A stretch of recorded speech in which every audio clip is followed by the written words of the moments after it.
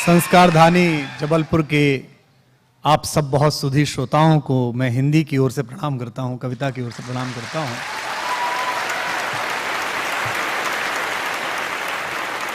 सारे देश के और दुनिया के अलग अलग नगरों में भाषण देते समय, बोलते समय, काव्य पाठ करते समय मैं यह वास्तु मानता हूं कि उस जगह में जो कुछ हुआ है उसका इतिहास आपके साथ साथ चलता है। जबलपुर किसी भी चेतना संपन्न व्यक्ति के लिए तीर्थ की तरह है। हिंदी का व्यक्ति होने के नाते, भाषा का व्यक्ति होने के नाते मेरे लिए जबलपुर पुण्य क्षेत्र है, जहां सेठ गोविंदास जैसा महनीय नाटककार हुआ, जहां हरिशंकर परसाई जैसी बड़ी विभूति हुई। एक बड़ी परंपरा जबलपुर की है। और आज ही मैं जब आ रहा था जहाज में तो हमारे एक वरिष्ठ वकील साहब, अधिवक्ता मुझे मिल गए, तो मैं उनसे कह रहा था कि पूरी दुनिया घूमिए, मार्केटिंग अलग चीज है, पैकेजिंग अलग चीज है। नाइग्रा को अमेरिका की तरफ से देखाइए या कनाडा टोरंटो की तरफ से देखाइए, जो भेड़ाघाट में अपनत्व है मां नर्मदा में, वो दुनिया में कहीं नहीं। आपको लगता है कि संगमरमर की चट्टानें आपसे बात करती हैं, आपको लगता है कि वहां जो माझी है, जो आपका मल्लाह है, वो आपसे जिस मनहर जबलपुरी भाषा में बात करता है, वो भाषा का लालित्य, वो लय, वो लास्य बहुत मुश्किल है। मेरे लिए जबलपुर निजी रूप से बहुत ही महत्वपूर्ण जगह है। कवि सम्मेलन के शुरुआती दौर में जब मैं स्वयं ग्रेजुएशन में पढ़ता था और इंजीनियरिंग से मोहभंग के बाद स्वयं के अस्तित्व से जूझ रहा था, उस समय पहली बार यहां एक, मुझे अब हो गया होगा 2 सितंबर को इस साल मुझे कवि सम्मेलन के मंच पर 30 वर्ष हो जाएंगे। 30 साल से मैं मंच पर हूं। मैं 17 वर्ष की आयु में ग्रेजुएशन के पहले साल में मंच पर चला गया था, और ग्रेजुएशन के पहले साल में ही जबलपुर में मुझे तमराई चौक पर एक कवि सम्मेलन हुआ था, मुझे याद है आज भी। उसमें मैं था और उस समय के हिंदी के सारे बड़े तोप जितने भी हुआ करते थे, शैल चतुर्वेदी हों और भुल्लड़ मुरादाबादी हों, सब लोग थे। और एक छोटे से कृषकाय युवक को, अभी भी मेरी काया कोई विशाल और विशद नहीं है, तब तो और ही छोटा था मैं, तो बहुत मन से सुना था और आत्मविश्वास मुझे मिला इस जगह से।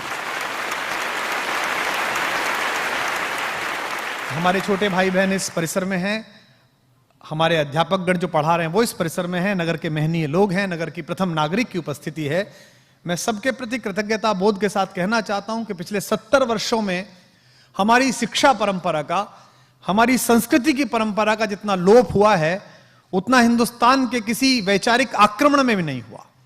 भारत के ऊपर इतने आक्रमण हुए हैं कि मैं कई बार गिनतियां करता हूं तो इस हथेली पर ये उंगलियां कम पड़ जाती हैं। शक, हूण, कुषाण, चंगेज, पठान, तुर्क, तातार, मंगोल, डच, फ्रांसीसी, पुर्तगाली, अंग्रेज, इतनी प्रकार की संस्कृतियों ने हमला किया है, लेकिन उसके बाद भी हमारा संस्कार और हमारी भाषा और हमारी चेतना जीवित रही। लेकिन पिछले 70 वर्षों में ये जो एक हमारे यहां तदर्थवाद चला कि आजादी लाइए, आजादी लाइए, आजादी लाइए, अच्छा आजादी की लड़ाई लड़ते हैं, आपने भी बहुत लड़ी, यहां पे भी लड़ी गई, जबलपुर में भी लड़ी गई। इसके बाद शिक्षा का क्या करेंगे, आजादी आ जाए फिर सोच लेंगे। जिस जरीब में अब्दुल रहीम खान खाना अकबर के समय में इस देश को नाप गए, बीघा, बिस्वा, आज भी वही चल रहा है। यानी कि पूरी दुनिया में राज करने वाले हिंदुस्तानी, पेंटागन चलाने वाले हिंदुस्तानी, अमेरिका के राष्ट्रपति के 18 डॉक्टर्स की टीम में 13 भारतीय बेटे बेटियां, माइक्रोसॉफ्ट चलाने वाले हिंदुस्तानी अपना देश नहीं चला पाए। और इतना समय बिताने के बाद सामाजिक जीवन में, इतना समय बिताने के बाद सामाजिक संघर्ष में, साहित्य में, और थोड़ा सा समय बिताने के बाद राजनीति में, मैं एक बात जान पाया हूं कि इस देश की अगर प्रगति होगी, अगर आने वाले समय में हिंदुस्तान, इस भारत को बेहतर जगह बनाना है, दुनिया में रेखांकित करने योग्य बनाना है, तो मंच के पीछे बैठे हुए, मंच पर खड़े हुए या सामने बैठे हुए, इनमें से किसी व्यक्ति से आशा मत रखिए। स्वयं आप हैं आशा के केंद्र, आप हैं जो बना सकते हैं। क्योंकि 70 वर्षों में हमने कोई राष्ट्रीय प्रगति नहीं की है, हमने इंडिविजुअल प्रगतियां की हैं। मैं पहली बार जापान गया तो बड़ा आश्चर्य हुआ कि वहां जो मॉल में या किसी सरकारी बिल्डिंग में या कहीं भी जाइए, जो चढ़ने के एलिवेटर्स होते हैं, उनमें सभी लोग सीधे हाथ की तरफ खड़े रहते हैं, एक ही लाइन में, लेफ्ट पूरा खाली। हम तो फैल के चढ़ते हैं। इधर भाभी जी खड़ी हैं, इधर भैया खड़े हैं, गुड्डू को संभाला जा रहा है। तो मैंने वहां के स्थानीय संयोजक से पूछा कि भाई ये कोई नियम कानून है सरकार का? बोले नहीं, कानून नहीं है सरकार का, अपने आप ऐसे ही चलते हैं। आप देखिए, लंदन जाइए, आप वहां की ट्यूबलर में जाइएगा, महापौर गई होंगी, निश्चित रूप से विश्व में दूसरी व्यवस्थाओं को देखने का अवसर मिलता है जनप्रतिनिधियों को। लाइन से लोग खड़े रहते हैं, पूरी ट्रेन उतरती है, उसके बाद लाइन से लोग चढ़ते हैं। ये राष्ट्रीय चरित्र है, ये नेशनल कैरेक्टर है। हमने इंडिविजुअल कैरेक्टर पैदा करे। मराठी के एक प्रोफेसर का बेटा 10वीं में फेल हुआ, लेकिन क्रिकेट अच्छी खेलता रहा, तो हमने सर सचिन तेंदुलकर पैदा किए। हमने हॉकी में ध्यानचंद पैदा किए। हमने राजनीति में भी इंडिविजुअल कैरेक्टर्स पैदा किए, चाहे किसी पार्टी में हो। हमने वो लोग पैदा किए जिन्होंने निजी क्षमता की। हमने राष्ट्रीय चरित्र क्या पैदा किया। आज अगर कौटिल्य एकेडमी आप सबको इस बात के लिए प्रेरित कर रही है कि आप कल कलेक्टर मिलें, आप कल डिप्टी कमिश्नर मिलें, आप डीएसपी मिलें, तो यह काम कौटिल्य एकेडमी का नहीं था, यह काम स्टेट का था। शिक्षा, स्वास्थ्य, सुरक्षा, पानी, बिजली, यह राज्य का काम है, जो पॉलिटिकल साइंस बच्चे पढ़ते होंगे। मैं बड़े दुख के साथ कहता हूं कि मैं 1 करोड़ रुपए के आसपास टैक्स देता हूं। पहले केवल इनकम टैक्स देता था, नई सरकार आई है, महापौर बैठी है, कृपा हुई तो जीएसटी भी लगी कविता पर।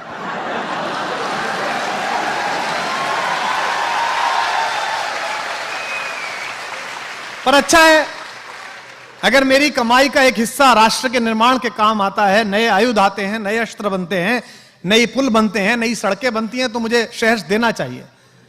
इस राज्य के नागरिक होने के नाते देखना चाहिए। पर मैं अक्सर इस बात पर सोचता हूं, 18% जीएसटी देने के बाद, स्वामी रामदेव जी मिले मुझे एक दिन, मुझसे कह रहे थे कि गौमूत्र पे लग गया।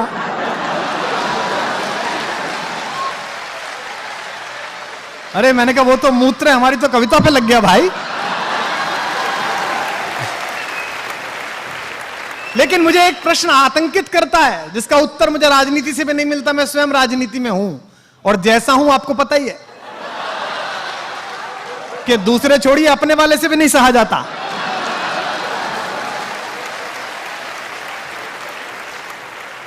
लेकिन एक प्रश्न मुझे व्यथित करता है।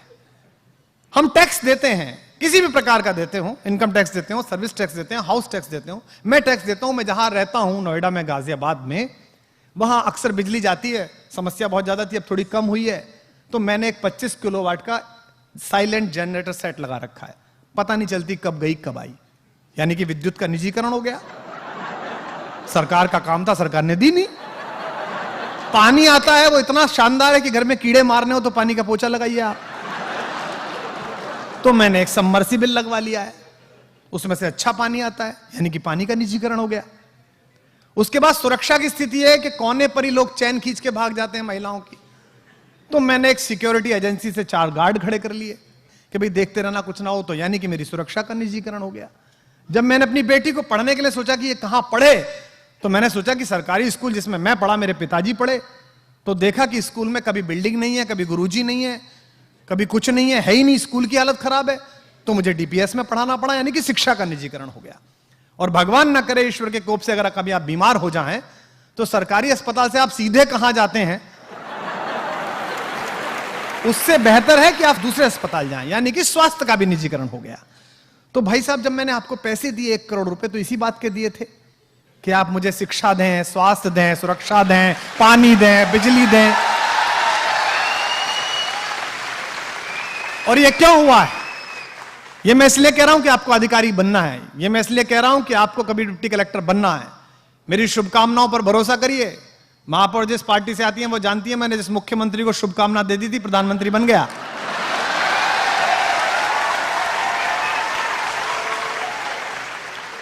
हमारा वाला ले ही नहीं रहा।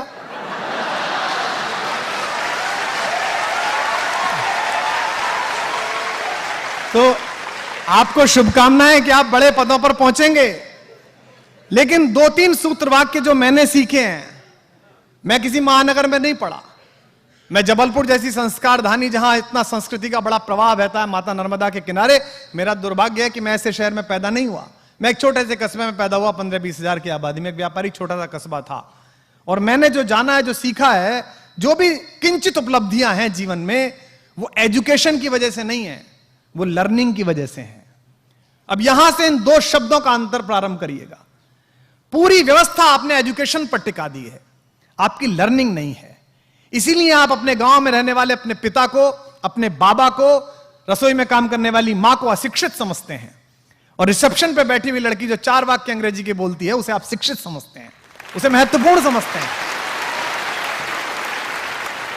आपको कुकरी क्लास में 3 महीने का क्रैश कोर्स करके आया हुआ कुक और अपनी पत्नी, आपको लगती है इसे ज्यादा पता है, लेकिन कलेजे पर हाथ रख के बताइए, मेरी मां 80 वर्ष की है, हम 20 लोग घर में इकट्ठे हो जाएं, सारे भाई बहन या वो अकेले पिताजी के लिए भोजन तैयार करे, मुझसे बात करते हुए कढ़ी बनाते समय उसने मसालेदानी में जितना हींग डाल दिया, ना ज़ुबान के नीचे उतरा ना ज़ुबान के ऊपर चढ़ा। ये जो आया ये अनुभव से आया, ये लर्निंग है। भारतीय संस्कार में इसका नाम दिया गया था उपनिषद। उप माने पास, निषद माने बैठना। आपने गुरु के पास, आपने बड़े लोगों के पास बैठकर सीखा क्या? अब यह है ही नहीं, इसीलिए हमने गुरु शब्द को विस्थापित किया और शिक्षा शब्द हम लाए। मैं आप सबको ये होमवर्क देता हूं कि आप जाइएगा, गूगल करिएगा और लॉर्ड मैकाले का ब्रिटेन के पार्लियामेंट में भारत की शिक्षा व्यवस्था के बारे में दिया गया भाषण पढ़िए, वो हिंदी में भी उपलब्ध है। लॉर्ड मैकाले ने कहा, मैं उस देश में 1 दशक उत्तर से दक्षिण, पूर्व से पश्चिम तक घना घूमा हूं और मैं एक बात जान गया हूं कि उनकी शिक्षा, उनकी संस्कृति, उनका आदर्श और उनकी आस्था इतनी दृढ़ है कि हम 1000 साल शासन कर लें, हम उन्हें बदल नहीं पाएंगे। एक ही तरीका है, लॉर्ड मैकाले ने कहा एक ही तरीका है, उनके अंदर कमतरी का भाव भरिए, इंफीरियरिटी कॉम्प्लेक्स भरिए और अपनी शिक्षा उन पर थोपिए, तब उन्हें लगेगा कि ये बड़े हैं, हम छोटे हैं।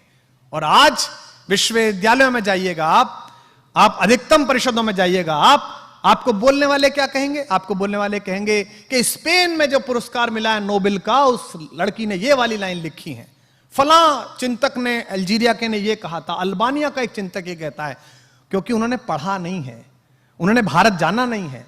2 प्रकार के लोग हैं, सत्ताएं बदली 77 के बाद से, जब श्रीमती इंदिरा गांधी दोबारा आई, राजनीति का मंच नहीं है पर मैं विश्लेषक भी हूं तो उस दृष्टि से सोचता हूं, तो उन्होंने सोचा कि मेरे पराजय का क्या कारण था, तो उन्होंने पाया कि मेरी पराजय का कारण कवि थे, लेखक थे, प्रोफेसर्स थे, बौद्धिक चिंतक थे।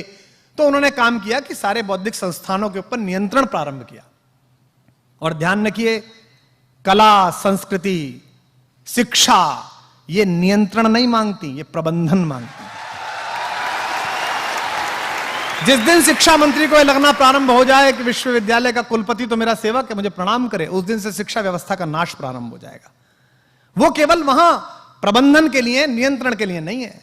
इक्ष्वाकु वंश के बड़े से बड़े राजा भी गुरु के आश्रम में प्रवेश करने से पहले अपना मुकुट बाहर रखते थे, अपने हथियार बाहर रखते थे, अपनी चप्पलें बाहर रखते थे, फिर प्रवेश करते थे महर्षि कण्व के आश्रम में, फिर प्रवेश करते थे महर्षि वशिष्ठ के आश्रम में। सबसे बड़ा नाम कौन? मानस भवन में खड़ा हूं, राम। राम पढ़ने गए, पढ़ाने कोई नहीं आया। ये जो आगे सोफे पर बैठे हमारे बड़े लोग और महत्वपूर्ण बैठे, थोड़ा सा पैसा आ जाए तो ट्यूटर लगाया जाता बच्चे के लिए। राम का ट्यूटर नहीं आया, गुरु गृह गए पढ़न रघुराई, अल्पकाल विद्या सब पाई।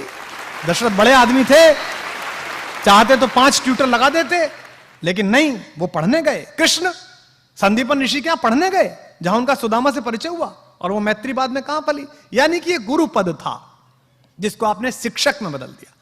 तो मैं मानस भवन में खड़ा हूं, इसलिए मैं मानस से बात प्रारंभ करता हूं। मैं आज आपको नए सूत्र देने की कोशिश करता हूं, इसके बहाने दृष्टि देखिए। जीवन में जो सबसे सरल आपको लगता है कि यार ये तो राम की कहानी है, ये तो हनुमान जी का हनुमान चालीसा, इसको क्या पढ़ूं मैं, वहीं से आपकी विजय का सूत्र निकलेगा। डार्विन की थ्योरी महापौर महोदय बताई जाती है हमें। हमको पश्चिम वाले कहते हैं कि हम बंदर से आदमी बने। मैंने कहा तुम बने होगे भाई, हम तो नहीं बने। बोले आप कैसे बने? हमारे पुराणों में, हमारे शास्त्रों में सीधी प्रक्रिया है विकासवाद। ऐसा नहीं पहले दिन आदमी बन गया, हजारों साल पहले लिखे गए, 2000, 4000, 5000 साल पहले लिखे गए ये पुराण, उनमें सीधी परंपरा। हमारा पहला अवतार कौन है? मत्स्य अवतार। वो किसमें चलता है? पानी के अंदर। दूसरा कौन है?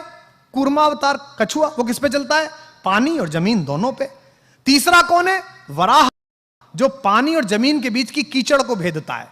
यानी कि देखिए इवोल्यूशन हो रहा है, डेवलपमेंट हो रहा है। मछली से कछुआ, कछुए से वराह, और उसके बाद वराह के बाद क्या आया? वामन अवतार।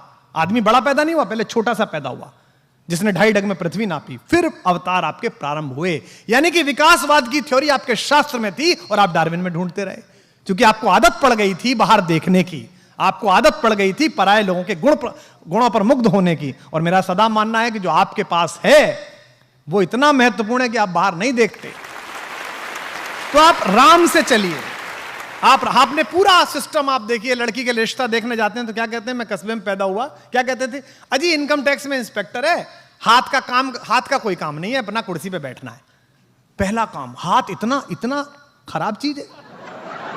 मतलब ये जो पृथ्वी प्रकृति ने हमको दिया है, जिससे पत्थर तराशे गए, जिससे अजंता अलोरा उगला है पहाड़ों ने, ये इतना सामान्य काम है। चिंपैंजी और हम में अंतर जानते हैं आप? चिंपैंजी सब वो काम करता है जो हम काम करते हैं, एक काम नहीं कर सकता, जिसके कारण हम मनुष्य और वो चिंपैंजी रह गया। उसका ये वाला अंगूठा इस वाली उंगली से नहीं मिल पाता, ताकि वो पेन थाम सके, ताकि वो कूंची थाम सके, ताकि वो छेनी थाम सके। ये केवल मनुष्य करता है, केवल मनुष्य करता है। और फिर भी हमने कहा साहब हाथ का कोई काम नहीं होना चाहिए, हमने उसको पीछे कर दिया, हमने उसको पीछे छोड़ दिया।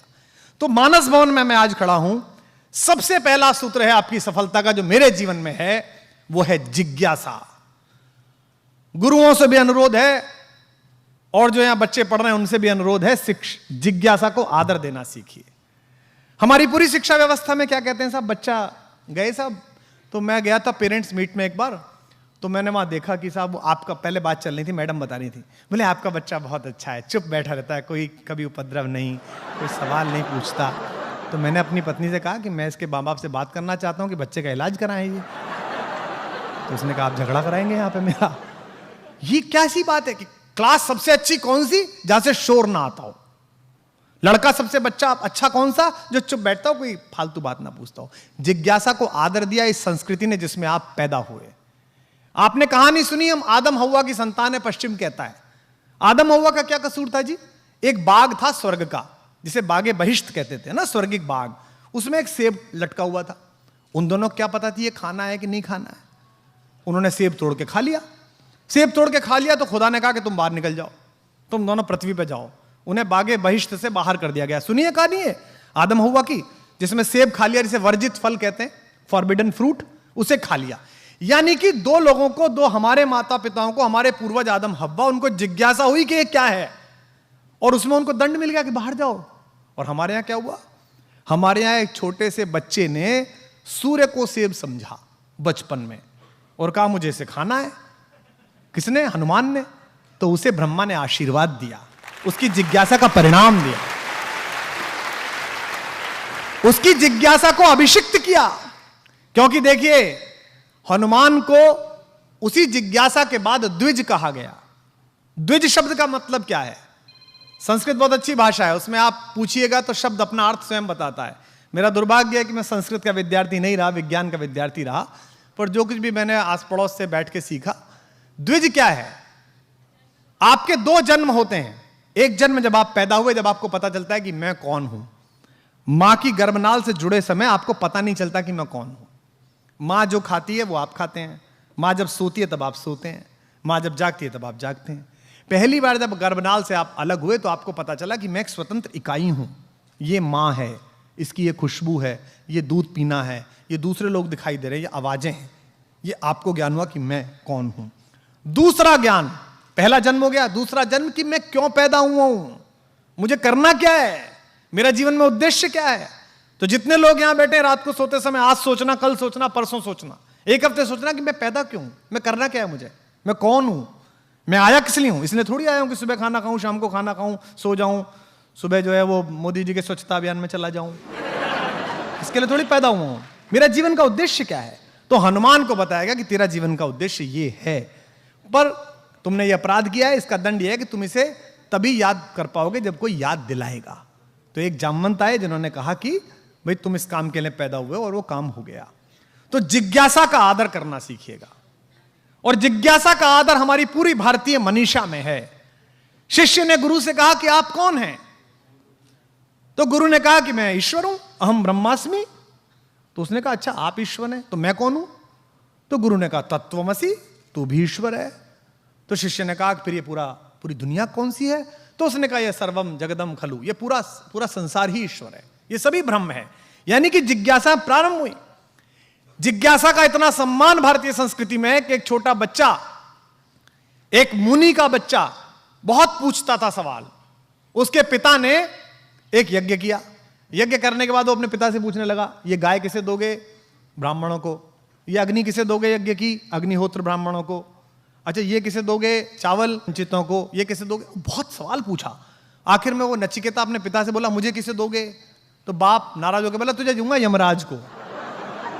और आपको कथा मालूम है कठोपनिषद की, नचिकेता यमराज के द्वार गए और यमराज ने उन्हें मृत्यु और जीवन का ज्ञान दिया। यानी कि जिज्ञासा में एक छोटा बच्चा भी भगवान के पास पहुंचा और भगवान ने उसकी जिज्ञासा का शमन करके वापस भेजा। यह भारत का संस्कार है। तो जितने शिक्षक यहां पर हैं मैं उनसे अनुरोध करता हूं, जितने अभिभावक यहां पर हैं, बच्चे की किसी भी प्रकार की जिज्ञासा के प्रति क्रोधित मत होइए। जिज्ञासा से ही उसका वर्तुल खुलेगा ज्ञान का। दुनिया में सेब कब से नीचे गिर रहा था किसी ने नहीं सोचा। एक आदमी ने सोचा कि नीचे क्यों गिर रहा है। उस समय तो अगर उसके माँ बाप से उसने कहा हो जी ये सेब नीचे क्यों गिरा, तो बाप ने कहा होगा लड़का पागल हो गया। बताइए भाई, अबे सेब ऊपर थोड़ी जाएगा, नीचे गिरेगा। पर क्यों गिरेगा ये जब उसने जाना तो आपको हवाई जहाज की सुविधा प्राप्त हुई, आपको सैटेलाइट प्राप्त हुआ। जिस मध्य प्रदेश में मैं खड़ा हूं, यहां 2200 साल पहले इसी जबलपुर से थोड़ा आगे चल के सरगुजा के पर्वत पर एक कविता लिखी महाकवि कालिदास ने, मेघदूत। आप सबने पढ़ी होगी मेघ की कहानी। एक यक्ष था, वो कुबेर क्या नौकरी करता था नेपाल में। अब वो सुबह सुबह उसका फूल लाने का काम था पूजा के लिए। बेचारा फूल तोड़ के लाता था 5 बजे। भगवान शंकर की आराधना करते थे कुबेर। 6 बजे उठ के ब्रह्म मुहूर्त में उस यक्ष की शादी हो गई। शादी हो गई तो बेचारा देर तक पत्नी के साथ बात करता था, देर तक जागता था। एक दिन नींद नहीं खुली तो 6:30 बजे पहुंचा, पूजा में लेट हो गए। तो कुबेर ने पूछा कि तू लेट क्यों हुआ? तो उसने कहा साहब मैं नया विवाह हुआ है, पत्नी से बहुत प्रेम करता हूं, उसकी वजह से लेट हो गया। उन्होंने कहा कि जिसके कारण तूने मेरी ड्यूटी में, अपनी ड्यूटी में विघ्न डाला है, तू उससे 1 वर्ष के लिए दूर हो जा। यानी कि उसका ट्रांसफर कर दिया, ये मानो। तो उसको भेज दिया सरगुजा। उसने यहां से अपनी पत्नी को पत्र लिखे। अब डाकिया तो था नहीं, तो उसने मेघ पर पत्र लिखे। वो कविता बनी मेघदूत। पढ़ी होगी आपने, सुना होगा कि मेघदूत लिखा गया। मैं दावे के साथ कहता हूं कि आज से 2200 वर्ष पहले, 2500 वर्ष पहले जब मेरे पूर्वज कालिदास ने कविता लिखी तो विज्ञान के पूर्वज उस पर हंसे कि यार बादल पे भी कोई संदेश भेज सकता है, पागल हो गया है क्या ये? कवि है, मूर्खतापूर्ण बातें कर रहा है, बादल पे कोई कैसे लेटर लिखेगा?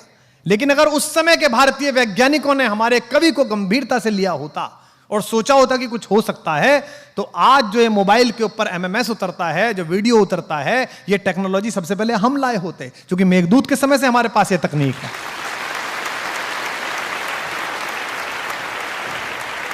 इंडियन एविएशन में जितने लोग हैं, भारतीय वायुकर्म में जितने लोग हैं, वो ये बात सोचने को तैयार नहीं है कि भगवान राम लंका में विभीषण के राज्य की स्थापना के बाद जिस विमान पर बैठकर अयोध्या आए, उसमें ऑन बोर्ड उनकी अक्षौहिणी सेना मौजूद थी और वो 7-8 तल का था, जिसके 8वें तल पर वो थे।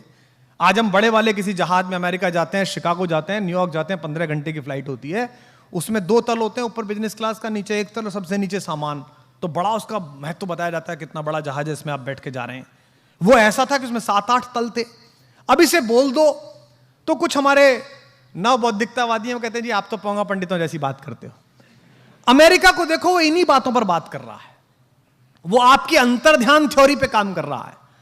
और पुराने लोग बैठे हैं, याद करके बताएं, सीनियर्स लोग बैठे हैं, आज से 50 वर्ष पहले, 170 साल पहले क्या किसी ने सोचा था कि आकाशवाणी होती होगी? हमारे यहां कहा जाता ना आकाशवाणी हुई, उसके बाद नारद ने आकाशवाणी सुनी। आकाशवाणी क्या था? आकाशवाणी विज्ञान का ऐसा ही कोई प्रारूप रहा होगा जो हम मूर्खों को भी पता नहीं है। दुनिया का पहला टेलीकास्ट, लाइव टेलीकास्ट किसने किया? संजय ने। पूछा और कैसे आदमी को दिखाया? हम तो आंख से देखते हैं, वो तो अंधे आदमी को दिखाया। भाई धृतराष्ट्र तो अंधे थे।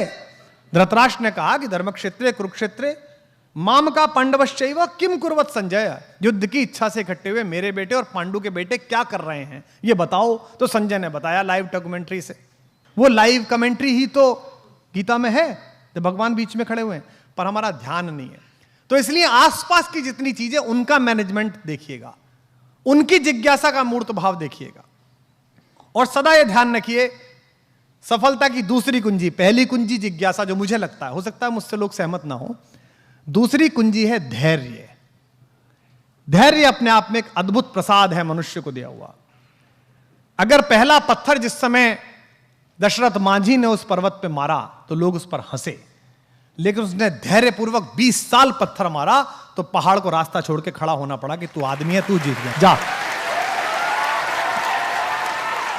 और मैं मानस भवन में खड़ा हूं, मैं फिर वहीं पर आता हूं, रामचरितमानस पढ़िए अपनी दादी के पास बैठ के, अपने दादा के पास बैठ के। राम का धैर्य देखिए, राम का धैर्य विष्णु का धैर्य नहीं है। मुझे क्षमा करें, भगवान है विष्णु, लेकिन वो तटस्थ धैर्य है, आराम से लेटे हुए हैं क्षीर सागर में, शैया बना के प्रेम पूर्वक। माता लक्ष्मी पैर दबा रही है, ऊपर शेष नाग का फन है, देख रहे हैं दुनिया में चल क्या रहा है, मूर्ख कर क्या रहे हैं, ये हो क्या नाटक रहा है। राम का धैर्य तो जीवित रहते हुए उसी व्यवस्था का धैर्य है। राम को प्रोवोक करने की एक हरकत दुनिया नहीं छोड़ी। पुत्र के रूप में सोचिए वो लड़का कैसा होगा, वो व्यक्ति कैसा होगा जिसका राज्याभिषेक होना जा रहा है और एक सेकंड में पता चला कि वन चलो कपड़े उतारो, अब ये वलकल पहनो, पत्नी को लो और निकलो। कितना कठिन समय। लेकिन राम राज्याभिषेक होगा, मैं राजा बनूंगा, इस पर प्रसन्न नहीं है, और मुझे वनवास मिल गया, इस पर दुखी नहीं है। यही राम होना, यही राम होना है। लोग समझते हैं जंगल में पोस्टिंग, लोग समझते हैं कोने में पोस्टिंग, लोग समझते हैं वहां काम करना है तो कैसे काम होगा, मेरे लिए तो पनिशमेंट हो गया। यही अवसर है जो आपको ईश्वर दे रहा है। दशरथ के पुत्र राम जब तक अयोध्या में रहे युवराज राम कहलाए, श्री राम कहलाए, और जब जंगल जाकर लौटे तो मर्यादा पुरुषोत्तम भगवान राम कहलाए। इस पूरी यात्रा ने उन्हें भगवान बनाया, इस धैर्य ने उन्हें भगवान बनाया, और अद्भुत धैर्य है उनके पास। उनका अपमान करके कोई चला जाता है, वो धैर्य के साथ मुस्कुराते रहते हैं। उनकी पत्नी का हरण हो जाता है, उसके बाद भी वो धैर्यपूर्वक पूरी व्यवस्था करते हैं।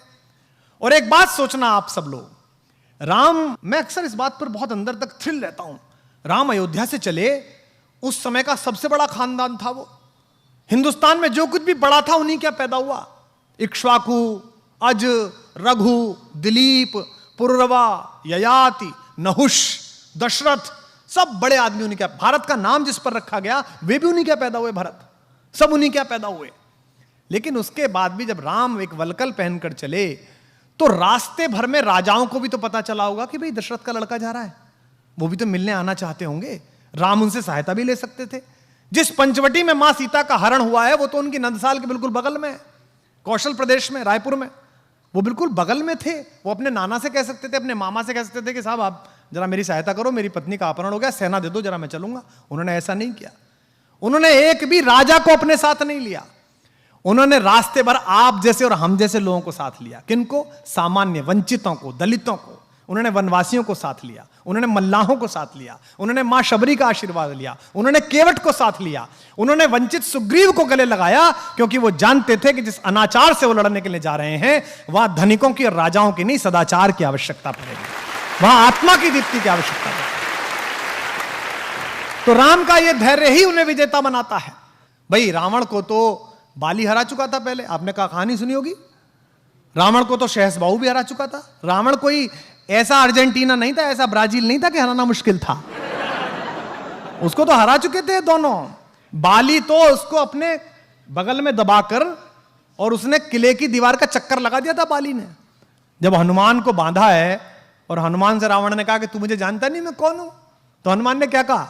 हाँ जानता हूं, वो बाली वाला, मैंने सुना था आपकी लड़ाई बहुत, परिचय है मेरा आपसे। हनुमान ने क्यों कहा? ताकि उसका कॉन्फिडेंस लूज हो। लेकिन भगवान जब बाली और सुग्रीव के जनपद में पहुंचे तो उन्होंने बाली का साथ नहीं दिया, उन्होंने वंचित को चुना। वो उसके साथ खड़े रहे जिसका अधिकार छीना गया, जिसका राज्य छीना गया, जिसकी पत्नी तारा का बलात् अपहरण किया गया है, और उन्होंने बाली का वध किया। जबकि बाली भी उनका प्रशंसक था, उनका भक्त था। मरते समय बाण लगने के बाद प्रणाम की मुद्रा में बाली ने पूछा है भगवान से, मैं बैरी सुग्रीव प्यारा, अवगुण कवन नाथ मुहि मारा। मैं बैरी हो गया, सुग्रीव आपका प्यारा हो गया, मुझ में ऐसा कौन अवगुण था मुझे मार दिया? तो राम ने उसको उत्तर दिया कि अनुज वधु भगिनी सुत नारी, छोटे भाई की पत्नी, भगिनी बहन, सुत नारी बेटे की पत्नी, सुन सठ कन्या सम ए चारी। हे मूर्ख, ये चारों बेटी के बराबर होती हैं। इन्हें कुदृष्टि बिलो कहीं जो है, इन्हें गंदी दृष्टि से जो देखता है उसका वध करने में पुण्य मिलता है, पाप नहीं होता है। ये उसको उत्तर दिया उन्होंने भगवान। अगर भगवान की विजय अपने लिए होती, अगर धैर्य ना होता तो वो बाली को लेकर चल देते। बाली हरा चुका था, उन्होंने कहा नहीं बाली तू नहीं चाहिए, तू नालायक है, तूने इस छोटे भाई को मारा है, इसकी पत्नी का हरण किया, मैं तेरा तो वध करूंगा, ये वंचित है, इसे लेके चलूंगा। तो राम ने क्या किया?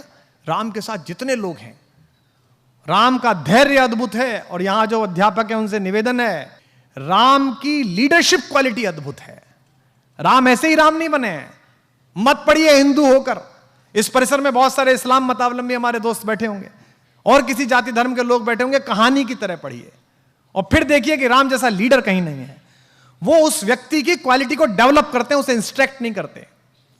उन्होंने सुग्रीव की क्वालिटी को डेवलप किया। एक ऐसा डिप्रेस आदमी जिसकी पत्नी का हरण हो गया, जिसका राज्य छीन लिया गया, भाई ने लात मार के भगा दिया, उसको उन्होंने कल्टीवेट किया और सुग्रीव महारथी के रूप में बना और उस युद्ध में सुग्रीव की महत्वपूर्ण भूमिका रही। जिस समय हनुमान लंका के लिए रवाना हुए, आप रामचरितमानस पढ़िए, अध्यात्म रामायण पढ़िए, श्रीमद् वाल्मीकि रामायण पढ़िए, कंबन की रामायण पढ़िए, कहीं नहीं लिखा हुआ कि उन्होंने हनुमान से क्या कहा कि तुम क्या करना। आज हम कितने फ्रस्ट्रेटेड हैं। आज हम लीडरशिप डेवलपमेंट की बात करते हैं, हम ड्राइवर को एक जगह भेजते हैं सामान लेने के लिए, 5 बार बताते हैं उसे, क्योंकि हमें उस पर भरोसा नहीं है, हम उसकी लीडरशिप डेवलप नहीं होने देना चाहते। राम लीडरशिप डेवलप करते हैं। राम ने हनुमान को नहीं बताया कि तुम्हें वहां जाके क्या करना है, उन्होंने कहा बस जाकर देख कर आओ कि सीता कैसी है, कहां है, और उन्हें आश्वस्त करके आओ कि मैं आऊंगा। 2 बातें। इसके बाद का जो पूरा घटनाक्रम है, छोटा सा रूप बनाना, अंदर जाना, लंकिनी को मारना, मां सीता को वो मुद्रिका देना, फल खाना, खुद ही गिरफ्तार हो जाना, आग लगा देना। आग लगाना मतलब वो राम का विजिटिंग कार्ड दे के आए। हाँ, मतलब बता के आए वो कि जो आ रहा है हम उसका कार्ड है। मैनेजमेंट का बेस्ट उदाहरण है हनुमान। एम्प्लॉयर का 1 रुपया खर्च नहीं कराते वो, 1 पैसा नहीं। भगवान ने कहा कि वहां जाओ, खुद ही टेक ऑफ, खुद ही लैंडिंग, और सारा पैसा हनुमान का, उसका रावण का। भाई हनुमान जबरदस्ती गिरफ्तार हुए स्वयं में देखने के लिए कि कौन है, तो कहा गया भाई इसकी बानर को पूंछ से बहुत प्यार होता है, इसकी पूंछ पे कपड़ा बांध दो। कपड़ा किसका? रावण का। बोले इस पे तेल लगाओ, तेल किसका? रावण का। जली किसकी?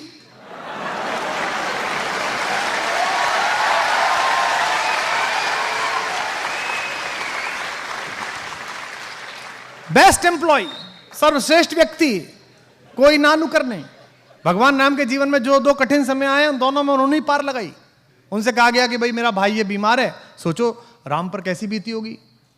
भगवान राम के जीवन का सबसे कठिन रात वो है जब उनके भाई को मूर्छा आई।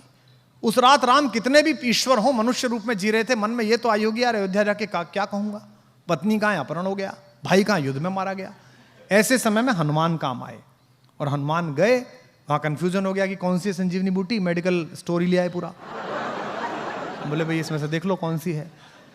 तो 2 बातें हुई, पहली हुई जिज्ञासा, दूसरी हुई धैर्य, तीसरी हुई आपको क्राफ्ट करने वाले लोगों में कि आप लीडरशिप डेवलप करें, आपके अंदर नेतृत्व की क्षमता डेवलप हो। और नेतृत्व की क्षमता का शिक्षा से कोई मतलब नहीं है। मैंने निजी रूप से जाना है, मैंने एक बहुत कम शिक्षित 5वीं पास व्यक्ति के साथ आंदोलन किया है उनके नेतृत्व में, और मैंने तथाकथित एक बहुत बड़े पढ़े लिखे के साथ राजनीति करी है।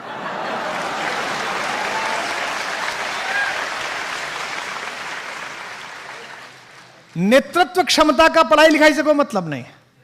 नेतृत्व क्षमता पैदा करना आपकी आत्मा की शुचिता पर निर्भर है।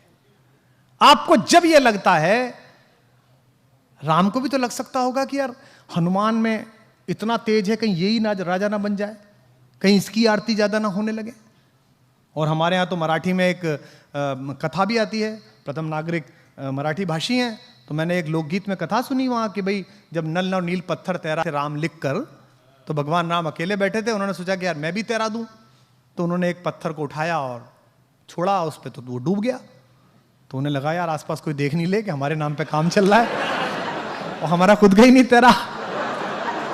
तो उनके मुंह पर एक बड़ी लज्जा की, संकोच की रेखा आई। तो उन्होंने नल नील की तरफ देखा, तो नल ने कहा कि प्रभु आप छोड़ दीजिए, हम बना लेंगे आप। तो उन्होंने कहा चलिए मैं नहीं बनाता, पर तुम्हारा कैसे तैर रहा है, मेरा क्यों नहीं तैर रहा। उन्होंने कहा हमने पत्थर पर राम लिखा, ये अमर नाम है, ये भवसागर को पार करने वाला नाम है। आपने पत्थर को छोड़ दिया, जिस पत्थर को स्वयं राम ने त्याग दिया उसे कौन उबारने वाला है भाई।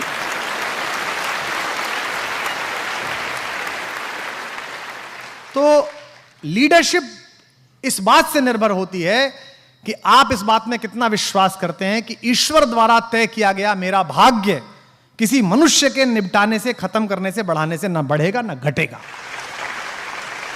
मैं जीवन में कई बार पराजय देखा हुआ व्यक्ति हूं और कई तथाकथित विजयों का भी साक्षी हूं।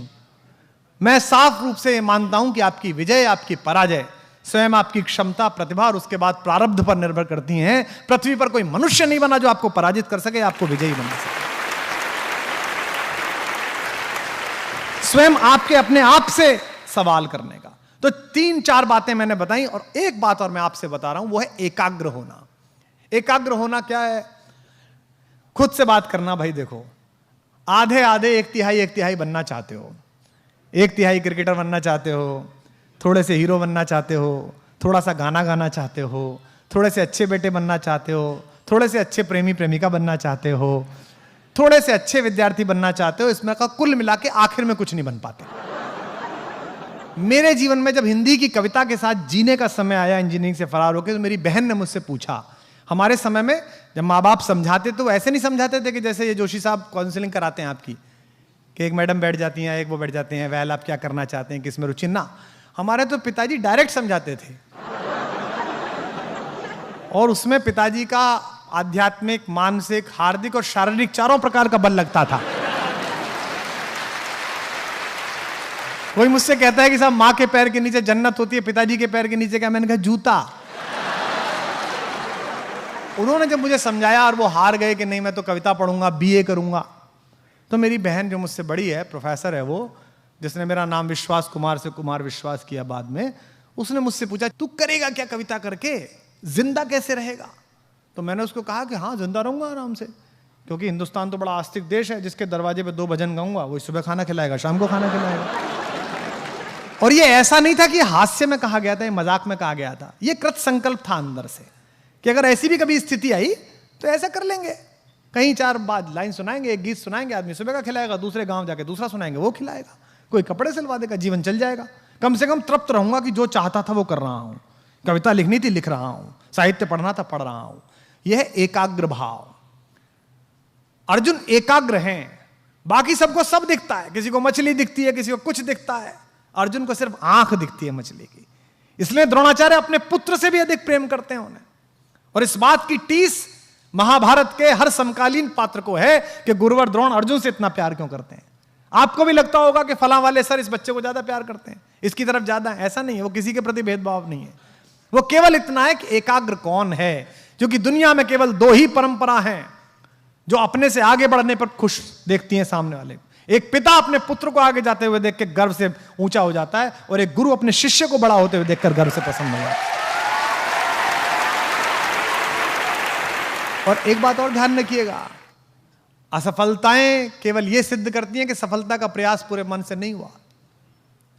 हमारा सबसे सफल भारत का एक विश्व नागरिक कौन है जिसे हिंदुस्तान जाति, धर्म, पॉलिटिक्स, दक्षिण उत्तर से बढ़कर जिसे प्रेम किया है आज तक गांधी के बाद? देखिए आप, बिना कहे नाम निकलता है एपीजे अब्दुल कलाम। इस देश ने अद्भुत प्रेम किया उनसे, और उनके जीवन में एक क्षण आया कि वो आत्महत्या कर रहे थे। वो देहरादून गए एनडीए सेलेक्ट होने के बाद, पैसे नहीं थे दक्षिण से रामेश्वर से देहरादून जाने के, तो उनकी एक विवाहित बहन थी, उसने अपने जेवर बेच दिए, पर उस जेवर से भी एक ही तरफ का किराया मिल सकता था। तो कलाम साहब ने अपनी बहन से कहा कि चिंता मत करो, मैं 200% सेलेक्ट होऊंगा, और उसके बाद तो फौज मुझे रख लेगी और मैं आपके लौटा दूंगा पैसे। लेकिन वहां सिलेक्शन नहीं हुआ। तो ऋषिकेश कभी आप जाइए, वहां शिवानंद आश्रम है लक्ष्मण झूला के पास, वहां पहाड़ियां थी पहले, उस पहाड़ी पर शाम के समय वो पहुंचे आत्महत्या के इरादे से कि अब तो जीवन निस्सार हो गया, जाने तक के पैसे नहीं है। वहां शिवानंद स्वामी जी टहल रहे थे, उन्होंने देखा कि युवक घूम रहा है, बड़ा विक्षिप्त सा, बड़ा परेशान सा। उन्होंने पूछा बेटा यहां आओ, क्या बात हो गई? तो वो कहने लगे, मुसलमान व्यक्ति, हिंदू साधु, राजनीति करने वाले लोग सुने।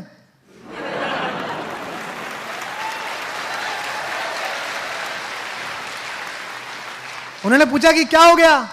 तो बोले साहब मैं अपनी बहन के जेवर बेच के पढ़ने यहाँ आया था, मतलब ये एनडीए का इंटरव्यू देने, मेरा सिलेक्शन नहीं हुआ, जाने तक के पैसे नहीं है, मुझे लगता है जीवन में मैं किसी काम के लिए नहीं बना हूं। तो उन्होंने कहा तुमको गलतफहमी है, तुम्हारा सिलेक्शन पता है क्यों नहीं हुआ? उसने कहा क्यों नहीं हुआ? तुम्हारा सिलेक्शन इसलिए होने हुआ कि ईश्वर ने तुम्हें शायद किसी इससे बड़े काम के लिए नियत किया है, और बेटा तुम आज रात यहां रुको, आश्रम में भोजन करो, और कल मैं तुम्हें जाने के पैसे दे दूंगा, और घर जाकर अपना अध्ययन करो, अपना काम करो। और उसने वो काम किया कि अमेरिका की तानाशाही, यूरेनियम लेकर इतराने वाले लोग, क्रायोजेनिक ईंधन के लिए हमारे प्रधानमंत्री को अपने दरवाजे पर रुकवाने वाले लोग प्रतिबंधों की बाढ़ लगाते रह गए, और हिंदुस्तान ने वो काम करके दिखाया मिसाइल के क्षेत्र में, परमाणु तत्व। तो यह है एकाग्र भाव है, और यह है असफलता के बोध से बाहर आना। असफलता का एकमात्र कारण यह है कि ईश्वर ने किसी बड़े आपको हेतु के लिए रखा है। मेरे जीवन में, निजी जीवन में कई असफलताएं आई हैं और मैं उन्हीं से बना हूं। पहली असफलता प्रेम में आई, जिसकी वजह से कवि बना। उस समय लगता था कि जीवन निस्सार है, जिसके लिए इतनी मेहनत की वो ही नहीं है तो क्या मतलब है। लेकिन मैं जानता हूं कि एक असफल प्रेम ने मुझे लाखों सफल प्रेम कहानियां दी। ऐसे ही जीवन में अनेक बार असफलता आई। राजनीतिक मायनों में देखें तो पिछले महीनों भी एक असफलता आई, लेकिन मुझे अब भी लगता है कि ईश्वर ने किसी बड़े हेतु के लिए निर्धारित किया है। धैर्य आवश्यक है, एकाग्रता आवश्यक है, शायद कोई बड़ा काम भगवान लेने वाला है, या हो सकता है इसी में हित हो।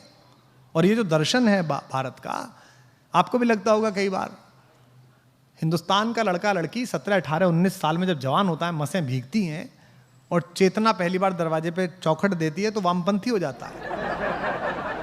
हाँ, कम्युनिस्ट हो जाता है, उसे पिता अमरीशपुरी लगता है। ये कौन आदमी घर में है जो मेरे सपनों को उड़ने नहीं दे रहा। वो इसी प्रतीक्षा में रहता है, लड़कियां इसी प्रतीक्षा में रहती हैं कि किसी ना किसी दिन तो ये कहेगा कि जा सिमरन जा। लेकिन थोड़ा समय बीते तो वो सनातनी हो जाता है, क्योंकि एक समय आते आते उसको पता चलने लगता है कि मेरे एफर्ट्स, मेरी क्षमता, मेरी प्रतिभा अपनी जगह है, प्रारब्ध अपनी जगह है, वो काम करेगा। अगर मैं नियोजित तरीके से लगा रहा तो एक ना एक दिन उसका प्रतिफल मिलेगा। मैं निजी जीवन की व्याख्या से कह रहा हूं।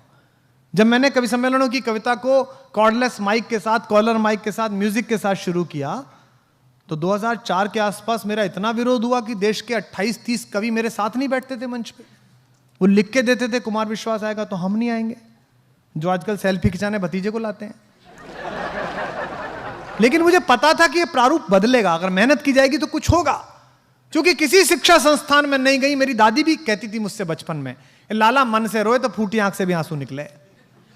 रोना मन से है, काम मन से करना है। तो एकाग्र भाव, इसको अपने, आप जो भी परीक्षाएं देने जा रहे हैं, जो भी कुछ करने जा रहे हैं, इसलिए मत करिएगा कि आपको टॉप करना है, इसलिए मत करिएगा कि पिताजी ने यहां भेजा है, इसलिए मत करिएगा कि ये कामयाब करना है। और अगर नहीं करना है, मन से नहीं आ रहा कि नहीं करना है, तो कल छोड़ने के बजाय आज छोड़िए कि नहीं करना। फिर ये सोचिए कि करना क्या है। जैसा मैंने बताया ना, द्विज होने का अर्थ यह कि मेरे जीवन का उद्देश्य क्या है, मैं पैदा क्यों हुआ हूं। मतलब पैदा हुए और आप यूं ही, अकबर इलाहाबादी हमारे एक शायर थे, इलाहाबाद हाईकोर्ट में जस्टिस थे वो, उनका एक बड़ा अच्छा शेर है कि क्या कहें अहबाब वंशजों, हमारे आने वाली पीढ़ियों, क्या कहें अहबाब। किसी ने पूछा चाचा आपने क्या किया, तो उनका शेर था कि क्या कहें अहबाब, क्या कारे नुमाया कर गए, क्या हमने एग्जीबिशन लायक काम किया, बताने लायक काम किया। और काम बताया अगली लाइन में, क्या कहें अहबाब, क्या कारे नुमाया कर गए, बीए करी, नौकर हुए, पेंशन मिली, फिर मर गए। ये क्या हुआ भाई आपका? आपने कितने मित्र पैदा किए, कितने शत्रु पैदा किए, कितने विचार के विरोधी पैदा किए, कितने विचार के समर्थक पैदा किए, कितना संघर्ष किया। आपको राम के बाद की संततियों के बारे में पता है क्या? कोई चर्चा हुई क्या?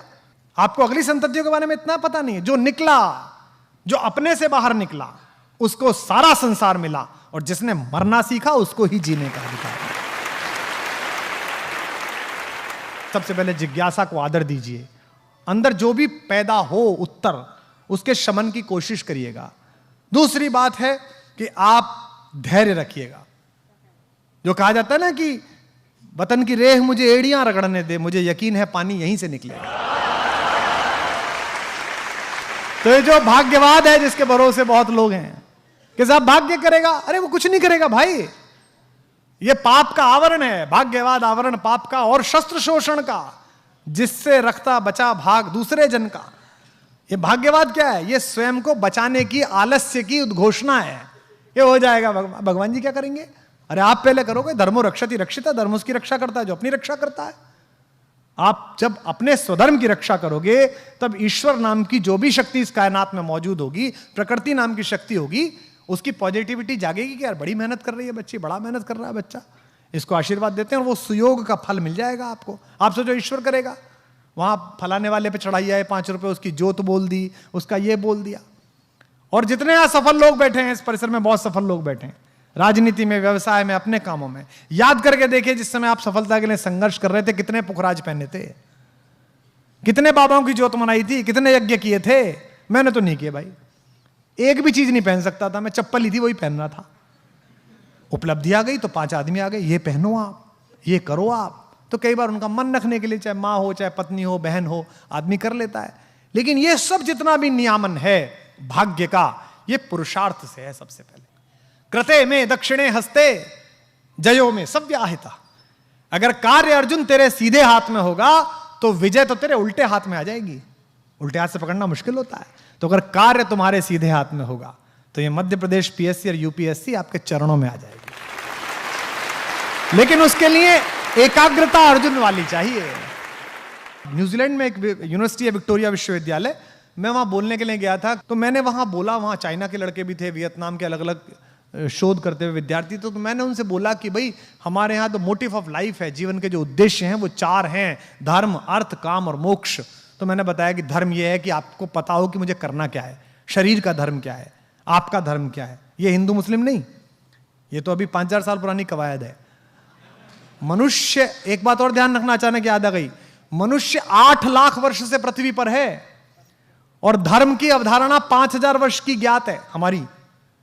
अगर इस 8 लाख वर्षों को 24 घंटे के जीवन में ढालो, मनुष्य की आयु 24 घंटे करो, तो धर्म के नाम 5 सेकंड आते हैं। और इस 5 सेकंड के चक्कर में हमने 23 घंटे 55 मिनट 55 सेकंड बर्बाद करके रख रखे हैं। सारा काम इसी में लगा रखा है हमने। तो ये जो धर्म, अर्थ, काम, मोक्ष, धर्म क्या है? शरीर का धर्म है। शरीर माध्यम खलु धर्म साधनम। रात को आप सोए, सुबह को आप शौच के लिए गए, ये शरीर का धर्म है। ये शरीर का पहला धर्म है कि जब शरीर में नेचुरल कॉल आए तब आप उसे निवृत्त होने के लिए जाएं। आपको आश्चर्य होगा कि भारत में, अमेरिका में लोग हंसते हैं। अमेरिका में जो डॉक्टर होता है उसके पास कोई जाता है और वो कहता है सर मुझे कॉन्स्टिपेशन की समस्या है, तो डॉक्टर कई बार हंस के कहता है आर यू इंडियन? क्योंकि भारत में इसलिए हुआ कि शौच की व्यवस्था ठीक नहीं थी। मैं प्रधानमंत्री का आभारी हूं, केवल उनके कार्यकाल नहीं, अगला जिसका भी कार्यकाल हो और जितने भी कार्यकाल हों, 10-20 वर्ष इस देश में स्वच्छता अभियान, शौचालय की बात होनी चाहिए, तब जाके कुछ देश में हो पाएगा। अमेरिकियों को नहीं हो रहा, इंग्लैंड वालों को नहीं हो रहा, क्योंकि उनके यहां सदा उपलब्ध है, पहले दिन से बना हुआ है। हमारे यहां ये कि नहीं, सुबह ब्रह्म मुहूर्त में कर लो, क्यों? उजाला हो जाएगा गांव में। तो पहला है धर्म। दूसरा है अर्थ। अर्थ का मतलब पैसा नहीं, अर्थ का मतलब है जीवन का अर्थ क्या है, इस जीवन का करना क्या है।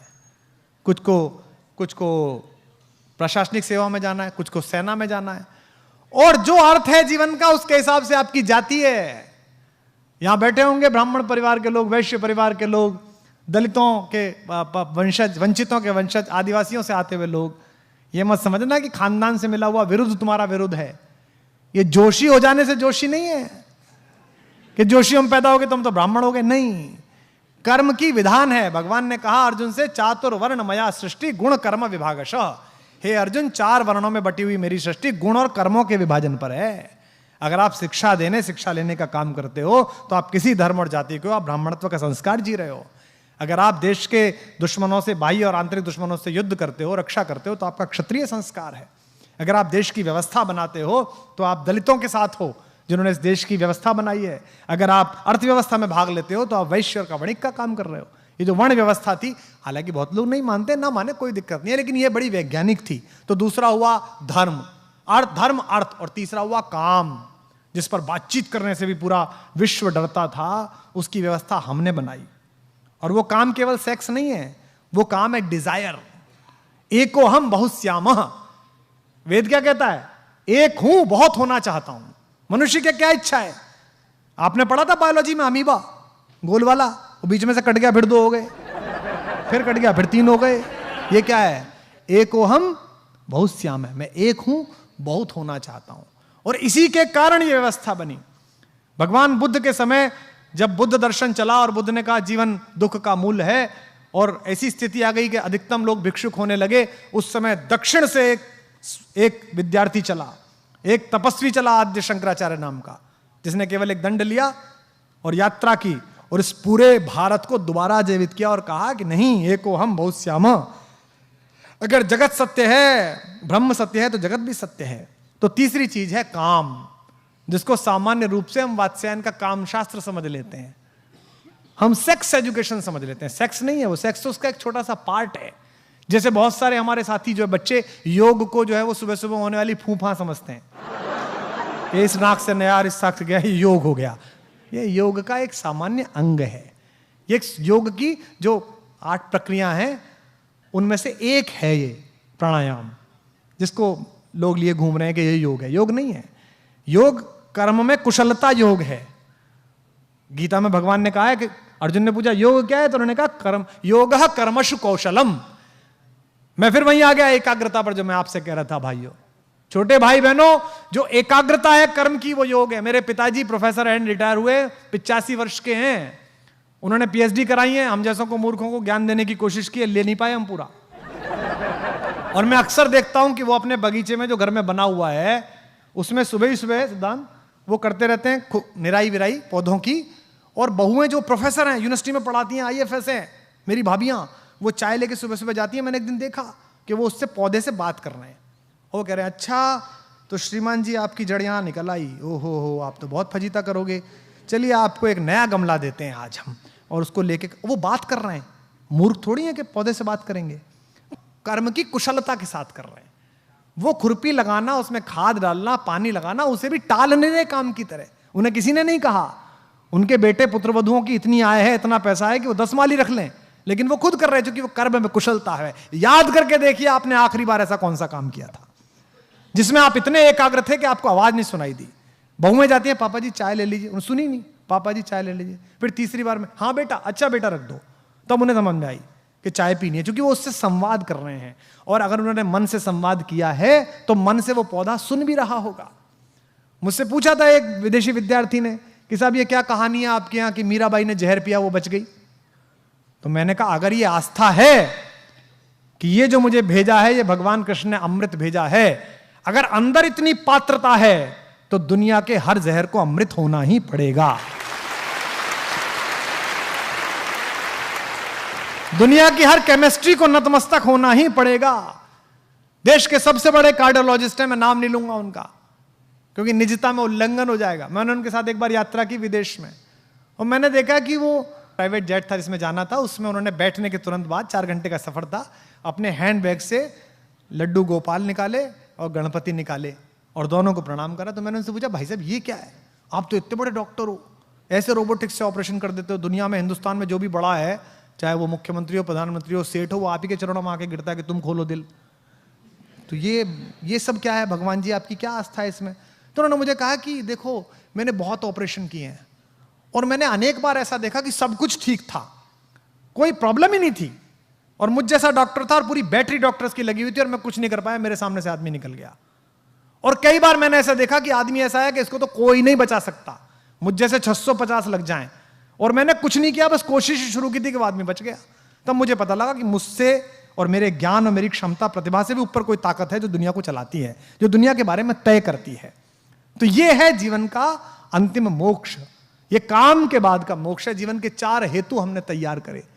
तो ये जो एकाग्रता है अपने काम में, कि जिस समय आप इतिहास पढ़ रहे हो, जिस समय आप सोशियोलॉजी पढ़ रहे हो, जिस समय पॉलिटिकल साइंस पढ़ रहे हो, उस वक्त आपको ये लगे जैसे इस परिसर में बैठे हुए जो लोग हैं, जो त्रयी है आपकी चेतना की, स्थान की, आपने व्यक्तित्व की और समय की, वो तीनों अर्धलुप्तावस्था में, उन्हें याद नहीं है कि मैं कहां बैठा हूं, मुझे कितने बजे जाना था, मैं कौन हूं। संवाद में सरसता है, हम एक दूसरे से बात कर रहे हैं, आप रिएक्ट कर रहे हैं, मैं आपकी बात कर रहा हूं। तो आप जब पढ़ें, जब पढ़ने के लिए बैठें, तो इतनी समरसता जिस दिन आ जाएगी, उस दिन ये पब्लिक सर्विस कमीशन का रिजल्ट नहीं है, ये प्रोडक्ट नहीं है, ये बाई प्रोडक्ट है। आपको ये तो बाई प्रोडक्ट में मिल जाएगा, तो छाछ है, नवनीत नहीं है, मक्खन नहीं है। मक्खन वो आत्मसंतोष है जो आपको इतिहास को पढ़ने में मिलेगा।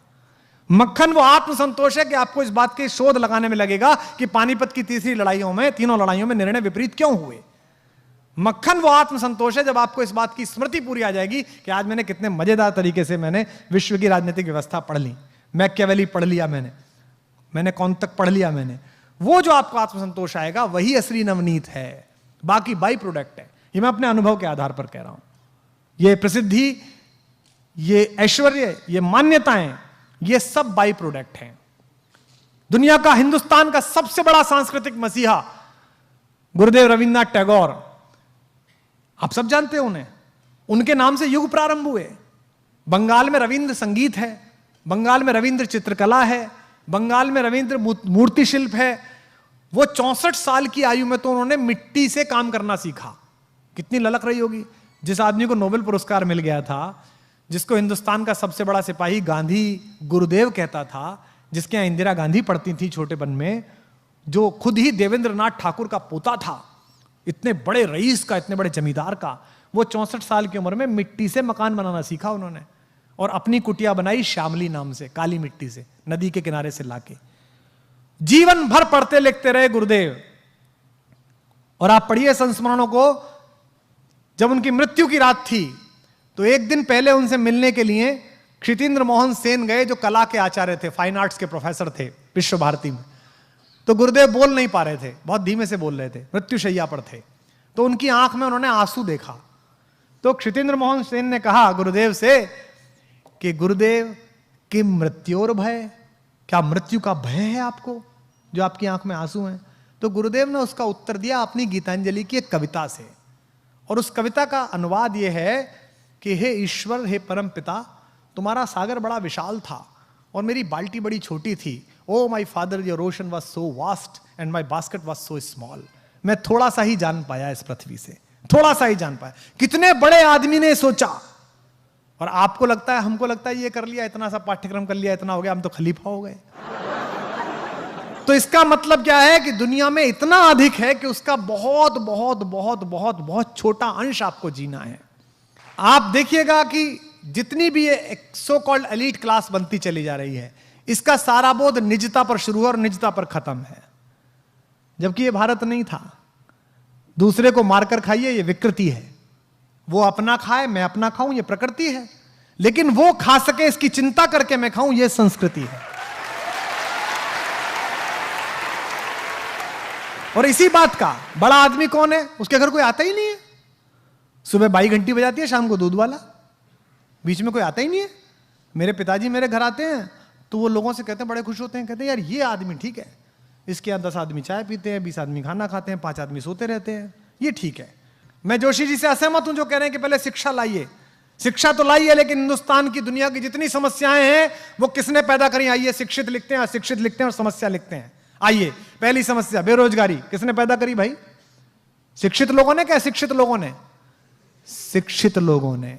गांव में सबके पास रोजगार था, गांव में सब लोगों के पास कुछ ना कुछ काम था। लकड़ी वाले के पास लकड़ी का काम था, जूते वाले के पास जूते का काम था, लोहे वाले के पास लोहे का काम था। सब एक दूसरे को भोजन दे रहे थे, सब एक दूसरे को अन्न दे रहे थे, सबका काम चल रहा था। आपने सुना गांव में कोई भूखा मर गया? नहीं मरा। ये शिक्षित लोगों ने पैदा की। प्रदूषण किसने पैदा किया? गांव में प्रदूषण देखा कभी? किसने पैदा किया? शिक्षित लोगों ने। इससे क्या तय होता है कि शिक्षा आपको कार दे सकती है, लेकिन लर्निंग आपको संस्कार दे सकती है। आपको तय करना है कि बिना संस्कार की कार लेनी है कि संस्कार सहित कार लेनी है। अधिकतम पूरी लड़ाई बिना संस्कार की कार लेने की है। यही कारण है कि हमने इस जीवन को कष्ट का साधन बना दिया है। दूध में यूरिया मिलाया जा रहा है। जो यूरिया मिला रहा है उसको शर्म लिहाज नहीं है कि किसी की किडनी में जाएगा तो किसी का पति, किसी का बेटा, किसी का सुहाग, किसी की राखी सुनी हो जाएगी। उसके खुद के घर में भी बेटी है, उसके खुद के घर में भी पुत्र है। वो सोच के देखे कि मेरे पुत्र को अगर ये यूरिया किडनी फेल कर दे और मेरा बेटा मर जाए तो कैसा लगे। नहीं, वो सोच ही नहीं रहा। उसको लगता है 1000 रुपए फालतू मिलने, थोड़ा सा यूरिया मिला दो। सब्जी वाला यही कर रहा है आपके साथ, अफसर आपके साथ यही कर रहा है, सरकारें आपके साथ यही कर रही हैं, नेता आपके साथ यही कर रहे हैं, क्योंकि हमने इस पूरे प्रोसेस को लर्निंग का बनाया ही नहीं है। हमने इस पूरे प्रोसेस को शिक्षा का बनाया है। और मैं आपसे निवेदन करता हूं कि शिक्षित हो जाइए, पढ़िए, खूब पढ़िए, रिसर्च करिए, इंजीनियर बन जाइए, डॉक्टर बन जाइए, आईएएस बनिए, पीसीएस बनिए, लेकिन लर्निंग सीखिए। कोई नासा नहीं गए थे वो गांव के लोग जो गौरैया को धूल में लेटते हुए बता देते थे कि आज पछुआ के साथ बादल आएंगे।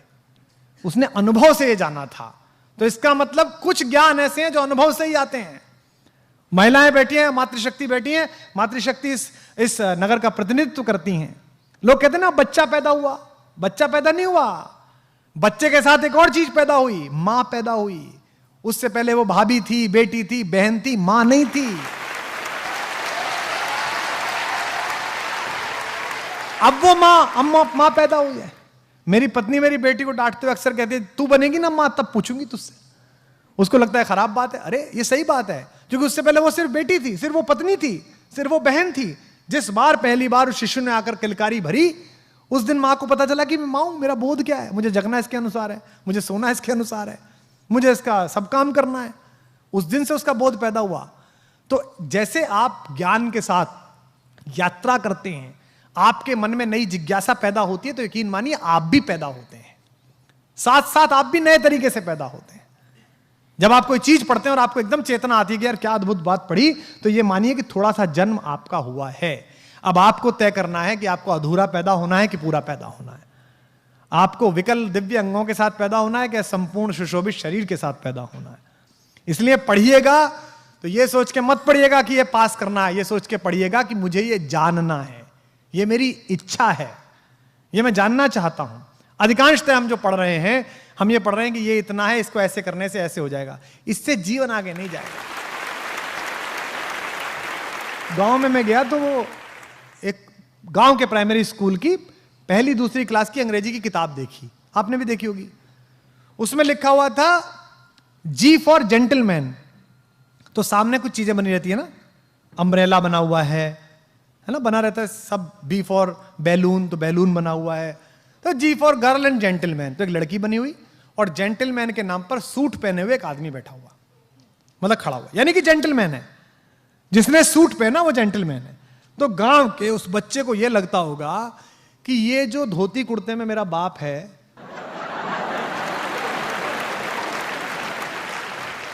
ये जो खेत में जाता है, गुरु ये जेंटलमैन नहीं है। जेंटलमैन कौन है? जेंटलमैन पीडब्ल्यूडी का वो चोर क्लर्क है जो सूट में आता है रोज सुबह सुबह।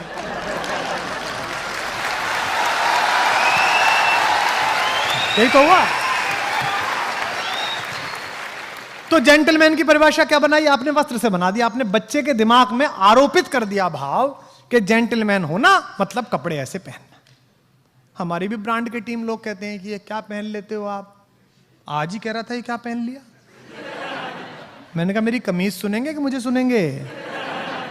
भाई विवेकानंद से क्या कहा था शिकागो परिषद में, जब तीसरे दिन उनको समय मिला तो उसने कहा कि एक तो आपके कपड़े ठीक नहीं है, ये एक वक्ता के योग्य विद्वान के कपड़े नहीं है। तो विवेकानंद ने कहा कि देवी जी मुझे क्षमा करें, मैं उस देश से आया हूं जहां मनुष्य चरित्र से बड़ा बनता है, कपड़ों से बड़ा नहीं बनता है। आपकी साधना कितनी है इससे बड़ा बनता है, क्योंकि हमारे तो सबसे बड़े साधक के पास कपड़े ही नहीं है। हमारा जो सबसे बड़ा तपस्वी है, जिसने इस लोक मंगल के लिए पूरी पृथ्वी का जहर अपने कंठ में धारण किया है, वो तो बिना वस्त्र के बैठ जाता है। एक मृगछाला लपेटी और बैठ गए अपना हिमालय पे, कैलाश पे, डमरू हाथ में ले लिया। उनसे तो किसी ने नहीं कहा कि आपने कपड़े क्यों नहीं पहने साहब, आप ऐसे क्यों दिख रहे। और वो लोक मंगल का समन्वय का सबसे बड़ा प्रतीक है हमारी पृथ्वी पर, हम सब आस्तिक लोगों के लिए। तो आपके चारों तरफ जो कुछ साधारण है उसी में असाधारण है। इसलिए जितने लोग यहां पर हैं, अगर परंपराओं से आपको कहानियां प्राप्त हुई हैं, पुराने लोग बैठे हैं, याद करिए कि बचपन में क्या कहानी थी। बचपन में कहानी थी कि आचार्य धौम्य ने अपने शिष्य आरुणि से कहा कि भाई मेरे खेत में पानी लगेगा, तुम वहां चले जाओ बेटा। तो वो चला गया, वहां मैंड गिर गई पानी को रोकने वाली, तो उसने अपना शरीर अड़ा लिया।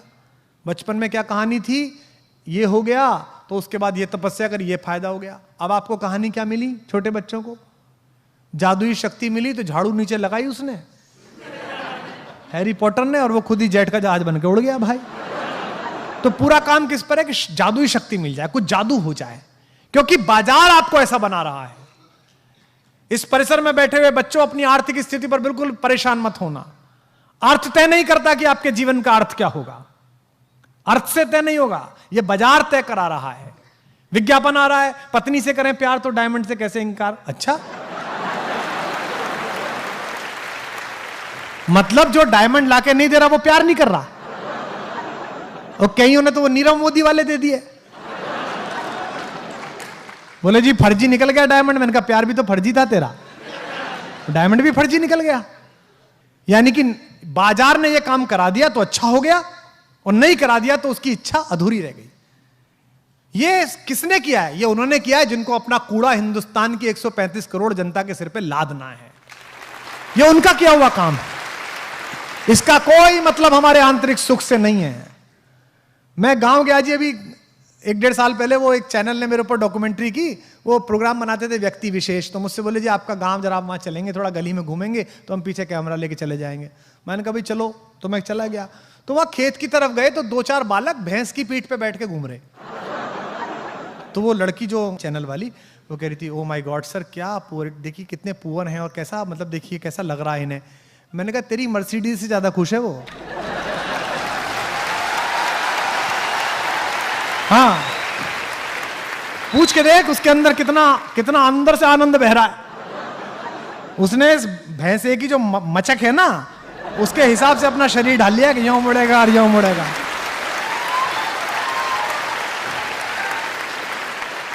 पर हमने बना लिया है। अंग्रेजी नहीं आती तो हमें, अरे क्यों, मुझे क्यों आएगी भाई।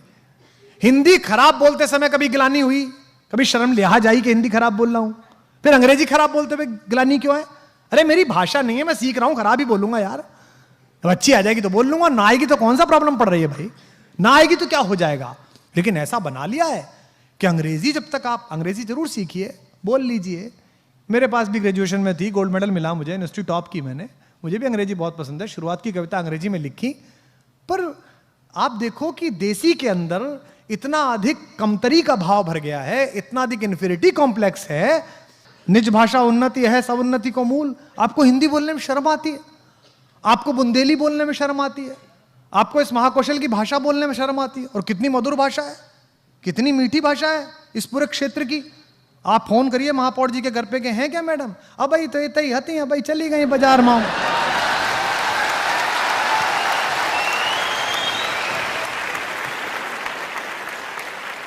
ये बेसिकली कमतरी है कि साहेब बोलता था तो नौकर भी बोलेगा। तो भाई तुम होगे नौकर, तुम्हारे बाप होंगे नौकर। मैं आजाद हिंदुस्तान में पैदा हुआ हूं, मैं हिंदी के हिंदुस्तान में पैदा हुआ, और मैं इस मानस भवन में संस्कारधानी के पूरे इतिहास की शपथ खा के कह सकता हूं कि 1000 कमियां हैं हम में, पर पूरे विश्व में ऐसा देश नहीं है जिसमें हम पैदा हुए हैं, पूरी दुनिया में ऐसा देश नहीं है। रात भाई का शेर है, ना किसी राहबर न रहगुजर से निकलेगा, हमारे पांव का कांटा हम ही से निकलेगा।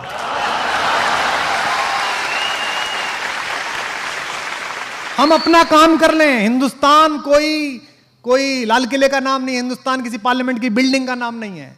1/125 करोड़ हिंदुस्तान मैं हूं, 1/125 करोड़ हिंदुस्तान आप हैं। मैं अच्छा कवि बन जाऊं, आप अच्छे विद्यार्थी बन जाएं, हमारे हिस्से का हिंदुस्तान निर्माण प्रारंभ हो गया, भारत का निर्माण शुरू हो गया। हमने बना लिया अपना हिंदुस्तान। अब आप नौकरियों में आ जाएंगे।